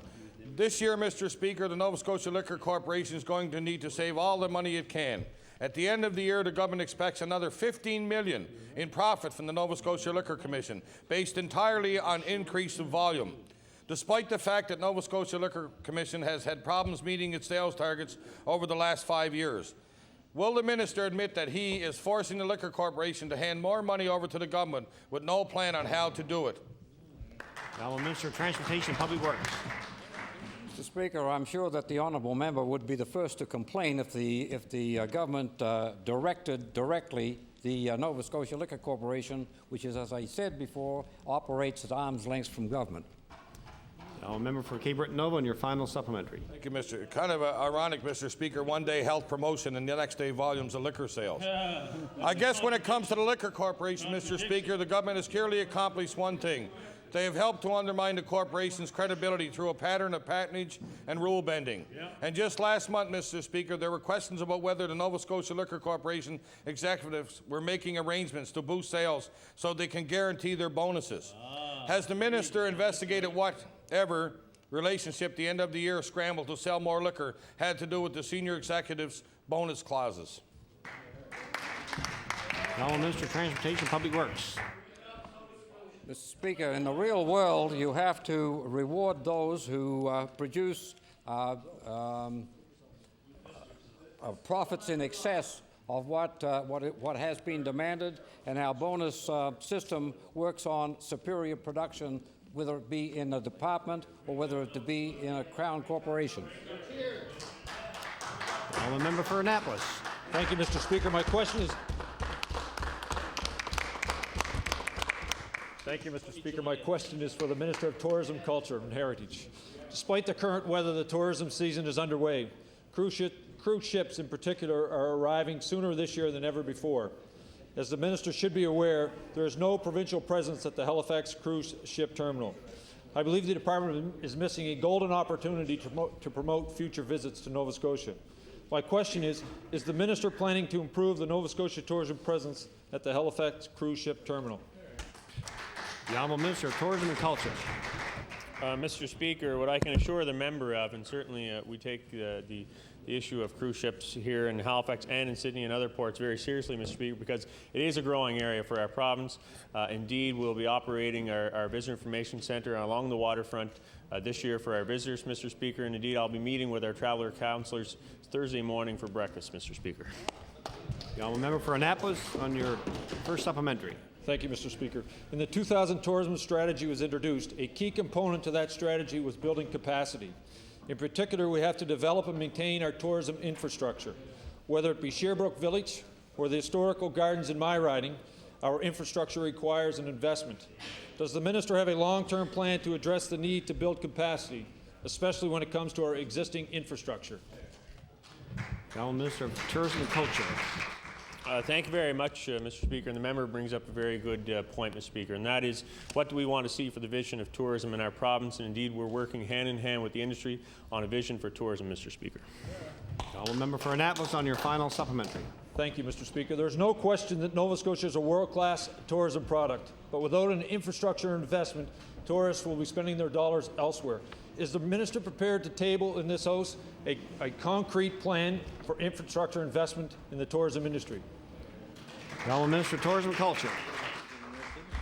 Mr. Speaker, again, the member brings up a very good point. I tabled earlier last fall, I believe it was, Mr. Speaker, the plan in November with respect to tourism development in our province, which is done hand in hand with the industry as well as marketing, Mr. Speaker. A very important aspect to take a look at is those aspects of capital infrastructure needs and requirements. Indeed, Mr. Speaker, that's a much larger issue than just the province. It includes our federal partners, it includes the local industry, and we're working very closely with them to address those issues, Mr. Speaker. The Honourable Member for Halifax Needham. Thank you, Mr. Speaker. Mr. Speaker, my question through you is to the Minister of Health. Mr. Speaker, the latest diabetes progress report issued by the Canadian Diabetes Society paints a grim picture for approximately 75,000 Nova Scotians who suffer from this disease. According to the report, many people with diabetes face greater difficulty in getting the care and education they need to manage the disease, and in some parts of the country, the problems are worse than others. And guess where, Mr. Speaker? They're worse. In the section on Nova Scotia, the report talks about long wait periods for diabetes management and notes that a triage criteria is expected to address wait times for initial referrals and follow-up visits. Mr. Speaker, we're aware that the guidelines have been submitted to the Department of Health and that in addition, a background summary has been prepared for the department by the Diabetes Care Program, which outlines the current waiting lists. So my question to the Minister of Health is, what is the status of the triage criteria guidelines in the department, and is he prepared to table the information on waiting lists that have been prepared and submitted? Hear, hear. The Honourable Minister of Health.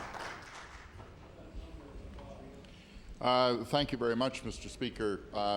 Mr. Speaker, I would want to provide as complete level of information as I could to the honourable member, and I'd be quite prepared to make that information available on a future question day.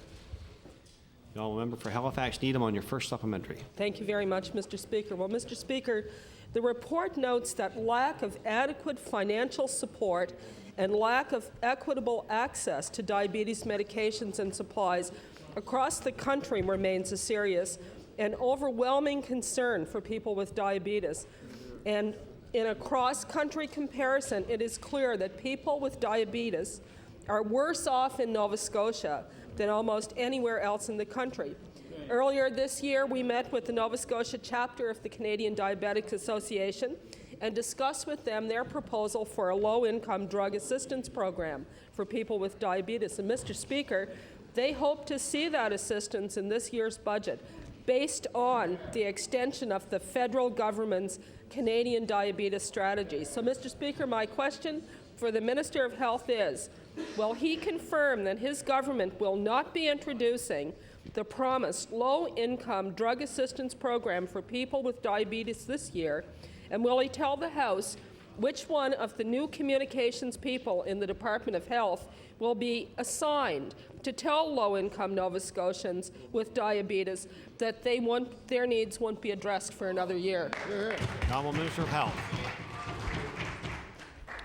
Mr. Speaker, in the blueprint that we provided to Nova Scotians, we made a commitment to provide assistance to persons with diabetes in this province, low-income assistance, and that commitment was for year 2. We're going to be meeting that commitment with respect to year 2. In the interim, we are working with the Diabetes Association here in the province in terms of developing and formulating the program and the guidelines that will be used to implement that program in the next budget year. Member Halifax Needham on your final supplementary.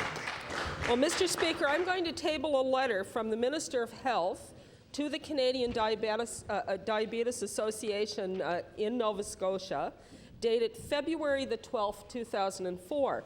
The letter indicates that the Department of Health would contact the association, quote, in the near future to invite a representative to participate in a meeting to discuss access to blood glucose monitoring strips for people with diabetes.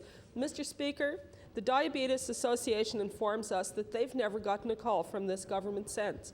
So I want to ask the Minister today, was the Tory commitment to people with diabetes just good PR during the election campaign? Is that why there's no program and no meeting now that the election is over, Mr. Speaker? Now, Minister of Health. Mr. Speaker, I have in fact met with the Diabetes Association of Nova Scotia, and that letter was put forward to them following that meeting, and they will in fact be hearing from the department in order that we can meet the commitment that we made to the people of this province, and that program will be implemented in the next year, and we will work with the Diabetes Association in the formulation of that program. The honourable member for Halifax Clayton Park. Mr. Speaker, my question is for the minister responsible for the status of women. Lucky day. Women's centres are being asked to handle an increasing number of issues relating to community services. In fact, one of the most frequent issues that arise for their clients is the need to find adequate shelter. Although this is a community services issue, clients are often directed to the women's centres for this advice and assistance. The problems that women encounter cross many departmental lines. Women's centres are uniquely able to provide these wide range of services to women in need. My question to the minister is, since women's centres have clearly become active in the delivery of community services, why doesn't the government acknowledge their vital role and review their core funding to see if it adequately reflects the increasing range of work that they are being asked to provide on behalf of women and their families? The Honourable Minister of Human Resources. Mr. Speaker, I believe that question will be best answered by the Minister of Community Services. Minister of Community Services. Yes, thank you, Mr. Speaker. And Mr. Speaker, I'm pleased to confirm that there will be stable funding again this year for the women's centres, and in fact, we've added another women's centre to the provincial list. The member Halifax Clayton Park on your first supplementary. Yes, thank you very much. I guess I'll stick with the Minister of Community Services for my second question, if that's possible. Again, I'm glad to hear the Minister mention their funding. I was having difficulty determining whether they were getting any additional funding. I understand now it's stable funding for this year, so stable at $100,000 per women's centre. So I'd like you to clarify that is the funding per women's centre, and could you please tell us where the additional women's centre will be open? Now, Minister of Community Services. Yes, thank you, Mr. Speaker, and I'm pleased to confirm that it is stable at $100,000, and there is a new centre which we'll be funding at that rate in Yarmouth. The honourable member for Halifax Clayton Park on your final supplementary. Yes. Mr. Speaker, for my second supplementary, I would like to return to the Minister responsible for Women's Affairs. or the status of women. Thank you. Women's centres are found only outside of Metro Halifax, and they respond daily to issues related to economic hardship for women and their families. The issues of violence and poverty facing many women are compounded by the pressures of rural job losses and low family income levels. My question to the Minister is, given the history of stagnant funding for women's centres, in what way is the Minister advancing the important needs of rural women and their families within the Tory Cabinet? Here, here. Now, the Minister of Human Resources. Mr. Speaker, this is a very good question and one that actually needs a great deal of time spent on, and one that the status of women and myself have been looking at. There will be different decisions that will come forward, but again, it's a very complex issue and one that will require a lot of review before that is tabled. Thank you. Now, member for Timberlea Prospect. Thank you, Mr. Speaker. My question through you is to the Premier. Mr. Speaker, this government has announced more funding for students with special needs, but the numbers fall short. During the election campaign, the Premier promised $400,000 to help families with tuition agreements for students whose needs can't be met in the public school system. Last week, that number was cut in half. Now there's just $200,000 available, and many families will be left out. My question to the Premier, Mr. Speaker, is why did you cut this very important promise, Mr. Premier? Honourable the Premier. Thank you, and I refer that to the Minister of Education. Minister of Education. Mr. Speaker, I appreciate that question, and indeed there has been, for the first time in some number of years, money been made available by the government to help students who the feeling is with due consultation and analysis can be better served outside the public school system. Somewheres in Nova Scotia, there's somewheres about 4,500 students who have special needs, and of course the commitment to special education for this government, indeed all governments that preceded it, has been tremendous and has been increasing over the course of the years.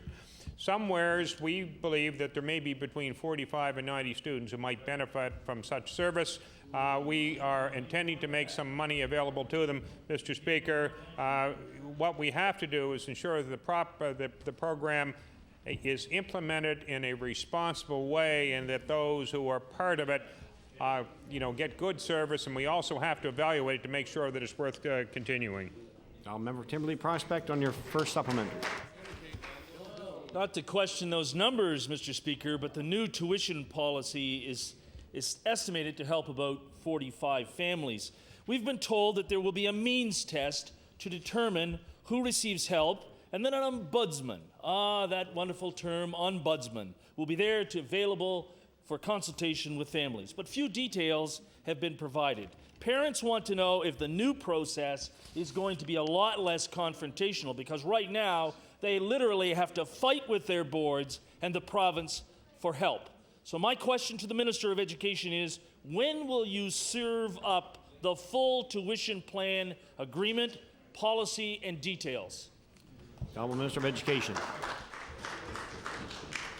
Mr. Speaker, the honourable member, I believe, is confusing the tuition agreement program, which is the responsibility of the school boards, and the tuition support program, which is the one that's being implemented this fall. Mr. Speaker, negotiations with affected groups and those who will be participating is ongoing now, and we hope to have that program running this fall. Member Timberlea Prospect on your final supplementary. Mr. Speaker, thank you. Again, I'll go to the Minister of Education. As you well know from our previous careers, there are too many students with special needs that cannot receive the help they need in our public school system. Special education needs to remain a top priority in this province. Yet, funding for the learning resource technology was cut by $1.5 million. So my question to the Minister is that not a contradiction? If education and special education are such a priority, why cuts to the learning resource technology program? Minister of Education. Mr. Speaker, the number to which the honourable member refers to basically what we call the computer or the technology program in the public schools. It includes hardware, software, as well as administrative support. Mr. Speaker, it was felt during the course of the budget process that we would be better to commit our limited resources to in-classroom instruction to support the students in the classroom. That program will still continue, Mr. Speaker. It means that some purchases will probably be delayed and some equipment will be not renewed as quickly as we would like to have it renewed. Now, member for Victoria the Lakes. Mr. Speaker, my question is for the Minister of Energy, and it's pertaining to another company in Cape Breton with little or no support. Mr. Speaker, there are many components of our energy industry, from production to building platforms, right down to training. Our industry is still young, and we have to train people even if they have to travel elsewhere to get jobs and gain experience. Mr. Speaker, the Maritime Drilling School in Cape Breton trains people in the oil and gas industry, and their graduates have been very successful in attaining work elsewhere outside of the province. Unfortunately, the school has not been recognized by the Department of Education. And my question to the Minister of Energy is, what, if anything, has the government done to assist the Maritime Drilling School to get recognized by the Department of Education?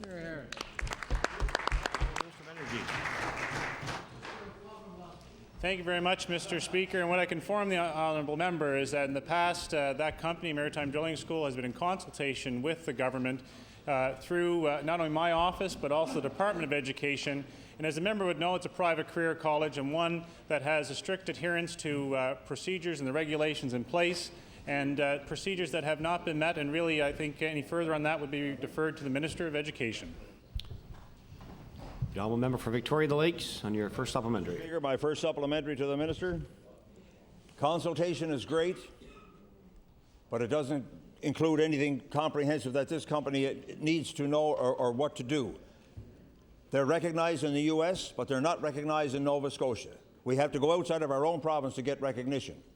Now, Mr. Minister, I understand that according to the recent estimates, that the department has a very low budget, only $7 million. So I'm hoping that there's enough there to cover the Honourable Minister's transportation bill when in his world travels. He's off to Houston next week and gosh knows where after that. But, Mr. Speaker, I want to know, at the very least, what is this department going to do to help this local company cut through the red tape to get the recognition that it deserves from the Department of Education? The Honourable Minister of Energy. Well, Mr. Speaker, it's a great recognition. I remember that particular company's truck going around with the local Liberal candidate signs on the back of it. So I guess he was looking for recognition, Mr. Speaker. But the real recognition is the adherence to standards. The adherence, Mr. Speaker, to standards. And what that member also recognizes and would know, it's not just the Department of Education that there's criteria that has to be met. Ask them to talk to Human Resources Development Canada, which is under federal Liberal jurisdiction, and there still would be confusion and problems there. The honourable member for Victoria the Lakes on your final supplementary. Mr. Speaker, I have to use my favorite saying that nobody sticks it to a Cape Bretoner like a Cape Bretoner. And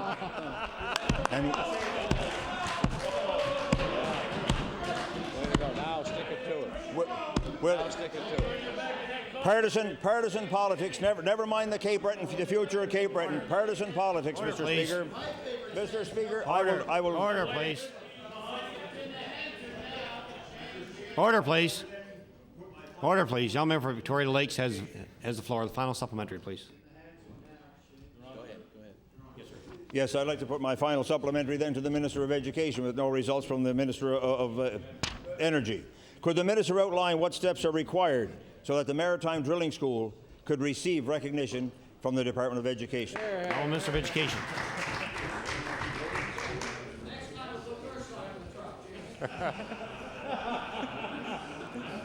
Can I win up there? Any advertising is good advertising.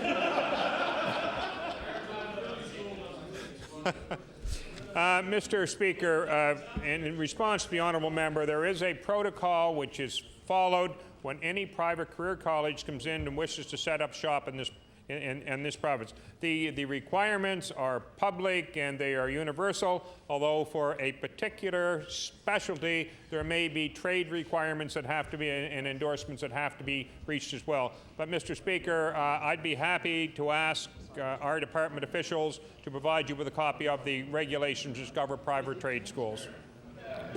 Thank you. The honourable member for Halifax Fairview. Thank you, Mr. Speaker. My question is for the Minister responsible for Treasury and Policy Board. Mr. Speaker, Treasury and Policy Board is supposed to be the place where the best and most professional public policy analysis is done for the benefit of the government. But this government has been stocking Treasury and Policy Board with political staff. The salary bill there has jumped no less than 75% from 1998-99, the Liberals' last full year in office.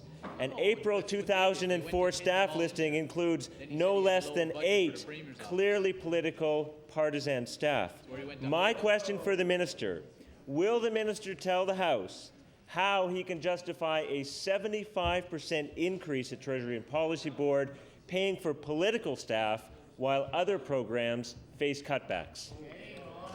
The Honourable Minister of Justice. Thank you very much, Mr. Speaker, and I appreciate the question.